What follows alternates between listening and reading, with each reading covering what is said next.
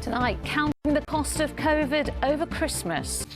Good evening. The scale of the Omicron wave that swept through the capital over Christmas has been confirmed. Figures released today show 1 in 10 Londoners had the virus, meaning hundreds of thousands self-isolating.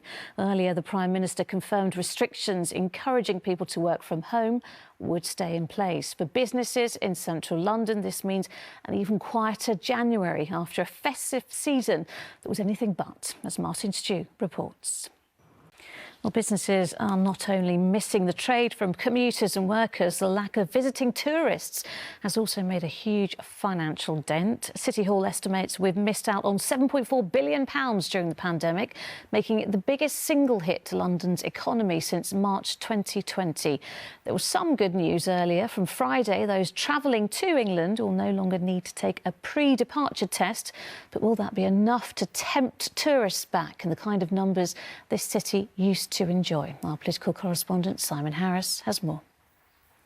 Well, people who test positive for COVID with a lateral flow test but have no symptoms will no longer have to take a PCR test, the UK Health Secretary has announced. They will still be required to isolate for at least 7 days. All the details on that are on our website. Just search for ITV London.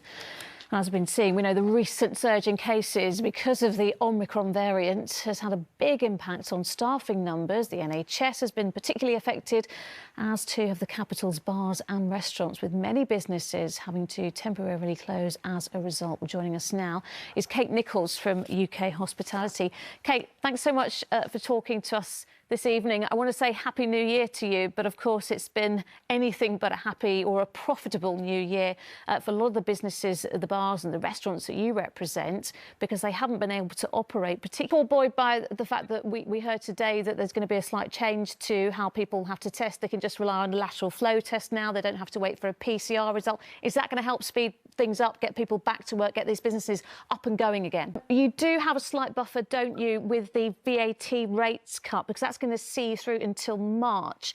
Is that going to be enough of a buffer, really, to help some businesses who are really struggling?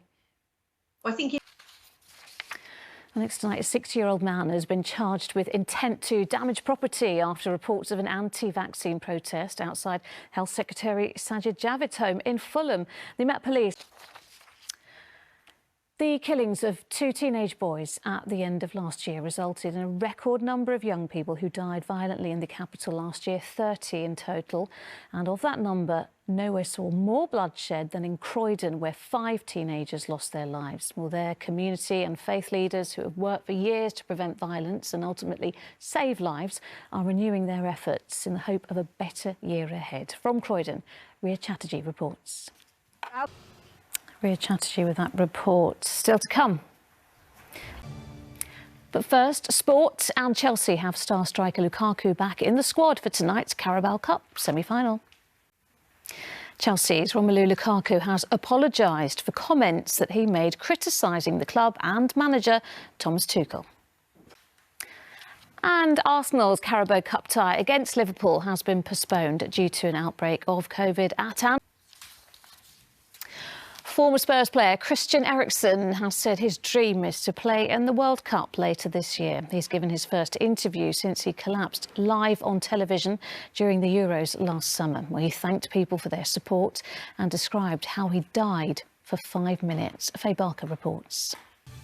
Now, my next guest tonight quit his job at a well-known tech store in central London to write his debut book, a gamble, he says, but one that has certainly paid off.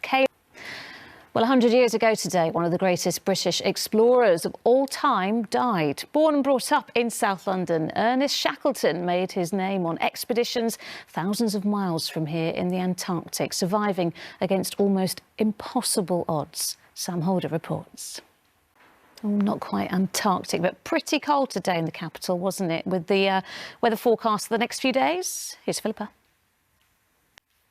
And finally, at the end of cancer treatment, ringing the bell in hospital is a momentous moment for many patients. And for 8-year-old Felix Martineau, well, he went one better. At the end of his 3 years of treatment for leukemia, he rang the bell on the pitch at half-time during QPR's game against Bournemouth over Christmas, a treat he and his family will never forget. Nick Thatcher reports.